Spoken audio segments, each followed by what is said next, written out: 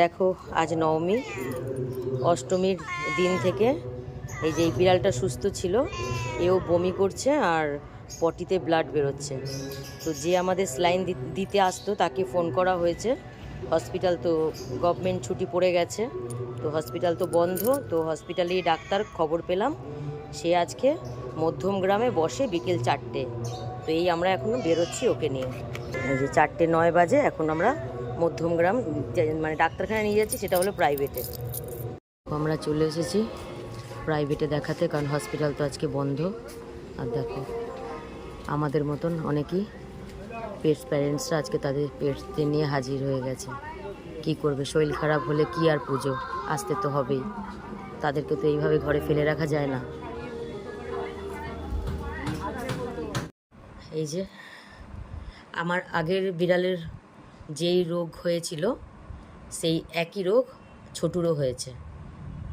তো এবার দেখো এক থার্মোমিটার দিয়ে ওখানে সবাইকে ইউজ করা হয় বলে, তো এবার আমি আগে থেকেই থার্মোমিটার কিনে নিয়েছি, কারণ আগে এত জানতাম না। আগের বিড়ালগুলো ট্রিটমেন্ট করতে গিয়ে জানলাম, তাই থার্মোমিটারটা নিয়ে নিয়েছি। আর এই দেখো ওদের লাইস পোকার জন্যে এই যে এই ড্রপটা দিয়েছে আর এই পাউডারটা দিয়েছে। আর আজকে ইভিনিং থেকেই এই স্যালাইনগুলো চলবে, এই এনএস, আরএল আর এই যে এইটা, এই 3টে স্যালাইন, এই 3খানা। আর এই যে এই মেডিসিনটা চলবে।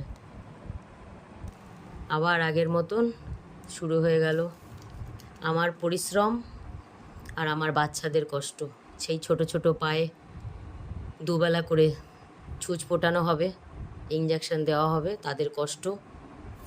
আর এই দেখো ওদের মেডিসিনের বিল 1594 টাকা।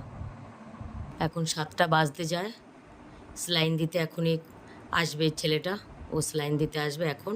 আবার কালকে সকালে, কালকে মানে দুবেলা করেই স্যালাইন চলবে, কোনো জল খাবার কিছুই চলবে না।